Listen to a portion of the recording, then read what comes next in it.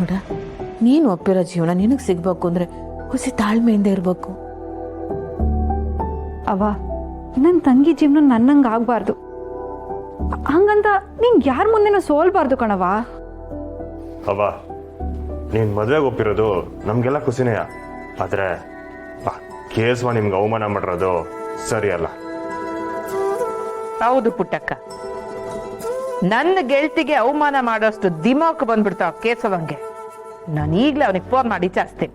ಬ್ಯಾಡಿ ಅಮ್ಮವ್ರೆ, ಈ ವಿಷಯನ ಇನ್ನೂ ದೊಡ್ಡದು ಮಾಡೋದು ಬೇಡ. ಮಕ್ಕಳಿಗೋಸ್ಕರ ಅವ್ರ ಮುಂದೆ ಬೇಡ್ಕೊಂಡ್ರೆ ನಾನೇನು ಸಣ್ಣವಳಾಗಕ್ಕಿಲ್ಲ. ನಿನ್ನ ವ್ಯಕ್ತಿತ್ವ ಅಂತದ್ದು ಪುಟ್ಟಕ್ಕ.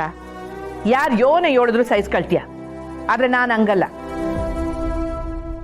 ನನ್ನ ಗೆಳತಿಗೆ ಯಾರೋನ ಅವಮಾನ ಮಾಡಿದ್ರೆ ನನ್ನ ಕೈಲಿ ಸಹಿಸ್ಕೊಳಕ್ ಆಗಕ್ಕಿಲ್ಲ.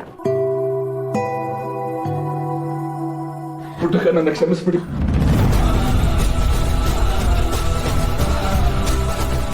ಕ್ಷಮಿಸ್ಬಿಡಿ ಪುಟ್ಟಕ್ಕ, ಗೊತ್ತಿಲ್ಲದೆ ನಿಮ್ಮನ್ನು ತುಂಬಾ ಅವಮಾನ ಮಾಡ್ಬಿಟ್ಟೆ. ದಯವಿಟ್ಟು. ಅಯ್ಯೋ ಅಯ್ಯೋ, ಏನು ಮಾಡ್ತಿದ್ರಿ ನೀವು? ಹೇಳಿ ಹೇಳಿ ಮ್ಯಾಕೆ ಹೇಳಿ. ಇಲ್ಲ ಪುಟ್ಟಕ್ಕ, ನೀವು ನನ್ನ ಕ್ಷಮಿಸಿದ್ದೀನಿ ಅನ್ನೋವರೆಗೂ ನಾನು ಹೇಳಲ್ಲ. ನೋಡಿ, ದಯವಿಟ್ಟು ಹಿಂಗೆಲ್ಲ ಮಾಡಬೇಡಿ.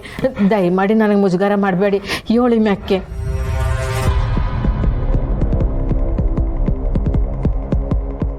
ಅಯ್ಯಯ್ಯೋ, ಇದ್ದಕ್ಕಿದ್ದಂಗೆ ಈ ಕೇಸವಪ್ಪಂಗೆ ಯಾವ ಹುಚ್ಚನಾಗಿ ಕಡ್ದಿದೆ, ಹಿಂಗ ಆಡ್ತವನಲ್ಲ.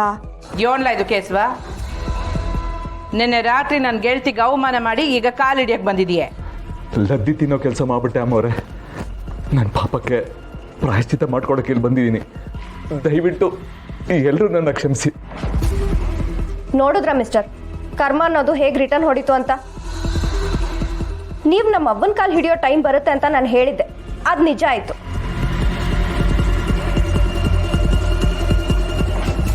ನನ್ನ ತಪ್ಪು ನನಗೆ ಅರಿವಾಗಿದೆಯಮ್ಮ. ನೀನು ನನ್ನ ಕ್ಷಮಿಸ್ಬಿಡಮ್ಮ. ಯೋ, ಏನೇ ನಿನ್ ಗೋಳು? ಒಂದ್ಕಿತ ಅರ್ಚಾಡ್ಕೊಂಡು ಹಾರಾಡ್ತಿರ್ತೀಯ, ಈಗ ಕಾಲು ಇಟ್ಕೊಂಡು ಗೋಳಾಡ್ತಿದ್ಯಾ. ಮನುಷ್ಯತ್ವದ ವ್ಯಾಲ್ಯೂ ಗೊತ್ತಿಲ್ಲದೆ ಹೇಗೇಗೋ ಬಿಹೇವ್ ಮಾಡ್ಬಿಟ್ಟೆ ಕಂಟಿ. ನಿಧಾನವಾಗಿ ಯೋಚನೆ ಮಾಡಿದಾಗ ನನ್ನ ತಪ್ಪು ಏನು ಅಂತ ಗೊತ್ತಾಯ್ತು. ನೀನೀಗ ನನ್ನ ಗೆಳತಿ ಕಾಲು ಹಿಡ್ದಿದ್ದಕ್ಕೆ ಬಚಾವಾಗಿದೆಯೇ. ಇಲ್ಲ ಅಂದಿದ್ರೆ ಈ ಬಂಗಾರಮ್ಮ ಯಾರು ಅನ್ನೋದನ್ನ ತೋರಿಸ್ಬೇಕಾಗಿತ್ತು.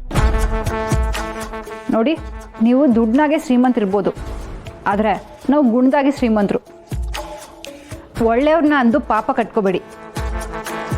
ನಮ್ಮ ಪುಟ್ಟಮ್ಮಿ ಗೋವನಂತ ಮನಸ್ಸು ನೋಡು. ಅವಳಿಗೆ ಅನ್ಯಾಯ ಮಾಡಿದ್ಯಾ ಅಂದ್ರೆ ಅದ್ಯಾವ್ರು ಖಂಡಿತವಾಗ್ಲೂ ನೀನು ಸುಮ್ಕೆ ಬಿಡಕ್ಕಿಲ್ಲ.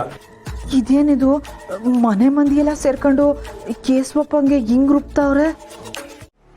ನೋರಾದ, ನೀನು ಹೇಳೋದು ಯಾಕೋ ನಂಗೆ ಇಷ್ಟ ಆಗ್ತಾ ಇಲ್ಲ.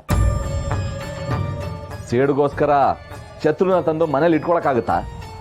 ಮನೇಲಿ ಇಟ್ಕೊಳ್ಳೋದೇನು ಬೇಡ, ಆದರೆ ಮನೆ ತುಂಬಿಸ್ಕೋತೀನಿ ಅಂತ ನಂಬಿಸಿ ಕೊನೆ ಗಳಿಗೆಲಿ ಕತ್ತು ಕುಯ್ಬೇಕು. ಅರ್ಥ ಆಗಲಿಲ್ಲ. ನಾನು ಹೇಳೋದನ್ನ ಈಗ ಸರಿಯಾಗಿ ಕೇಳಿಸ್ಕೊಳ್ಳಿ.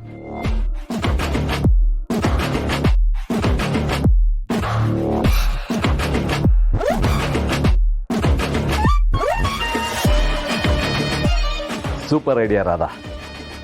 ಸರಿ, ನೀವು ನಾಳೆನೇ ಹೋಗಿ ಪುಟ್ಟಕ್ಕ ಹತ್ರ ಡೌ ಮಾಡಿ ಕ್ಷಮೆ ಕೇಳಿ. ಸುಮ್ಮನ ನಿಮ್ಮ ಮನೆ ಸೊಸೆ ಮಾಡ್ಕೋತೀನಿ ಅಂತ ಹೇಳಿ. ಮುಂದೆ ಎಲ್ಲಾರನ್ನೂ ಹೇಗೆ ಬಲಿ ತಗೋಬೇಕು ಅಂತ ನಾನು ಹೇಳ್ತೀನಿ. ಓಕೆ ರಾಧಾ, ನಾಳೆ ನಾನು ಅಲ್ಲಿಗೆ ಹೋಗ್ಬಿಟ್ಟು ಎಲ್ಲರನ್ನ ಯಾಮಾರಿಸಿ ಬರ್ತೀನಿ. ಮೀನು ಹಿಡಿಯೋಕ್ಕೂ ಮೊದಲು ಬಲೆ ಎಣಿಬೇಕು ಕೇಶವ್ ಅವರೇ. ಇವಾಗ ನಾವು ಮಾಡ್ತಾ ಇರೋದು ಅದನ್ನೇ. ಓಕೆ ರಾಧಾ, ನೀನು ಹೇಳ್ದಾಗೆ ಮಾಡ್ತೀನಿ.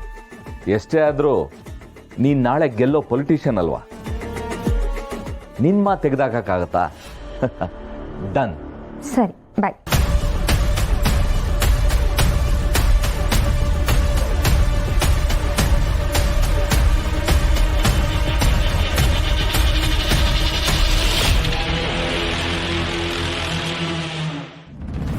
ಹಂಗಾದ್ರೆ ಈಟೆಲ್ಲ ಮಾಡಿದ್ದು ನೀನಾ? ಮಾಡಿದ್ ನಾನಲ್ಲ, ಮಾಡಿಸಿದ್ ನಾನೇ. ಯಪ್ಪ, ಏನೆಲ್ಲ ತಲೆ ಉಪಯೋಗಿಸಿದ್ಯಾ. ಈ ನಿನ್ ಪಿಲಾನ್ಗೆ ತಲೆ ಬಗ್ಸಿ ಸೆಲ್ಯೂಟ್ ಹೊಡಿಬೇಕು. ಸುಮ್ಮನೆ ಕುತಂತ್ರ ಮಾಡಿದ್ರೆ ಸಾಲಲ್ಲ ರಾಜ್ಯವ್ರೆ. ಯಾವ ಟೈಮಲ್ಲಿ ಯಾವ ಕಲ್ಲೆಸ್ದು ಯಾರನ್ನ ಹೆಂಗೆ ಉರುಳಿಸ್ಬೇಕು ಅಂತ ತಿಳ್ಕೊಂಡಿರ್ಬೇಕು. ಯೋನೇ ಹೇಳ್ರಾದ, ನೀನ್ ಸಣ್ಣವಳಾದ್ರೂ ನಿನ್ ತವ ಕಲಿಯೋದು ಸಾನೇ ಐತೆ. ಇವಾಗ ನೀವು ನೋಡ್ತಿರೋದು ಜಸ್ಟ್ ಟ್ರೈಲರ್ ಅಷ್ಟೆ.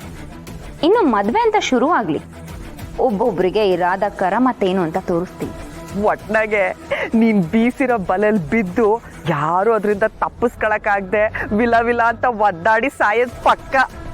ಇಷ್ಟ ಅಲ್ಲ ರಾಜಿಯವರೇ, ಎಲ್ಲ ವಿಷಯದಲ್ಲೂ ಎಲ್ಲ ಕಡೆಯಿಂದನೂ ನನ್ನ ಶತ್ರುಗಳನ್ನ ಲಾಕ್ ಮಾಡ್ತೀನಿ. ನನ್ನ ವಿರುದ್ಧ ನಿಂತವ್ರು ಯಾರನ್ನೋ ನಾನು ಸುಮ್ಮನೆ ಬಿಡಲ್ಲ.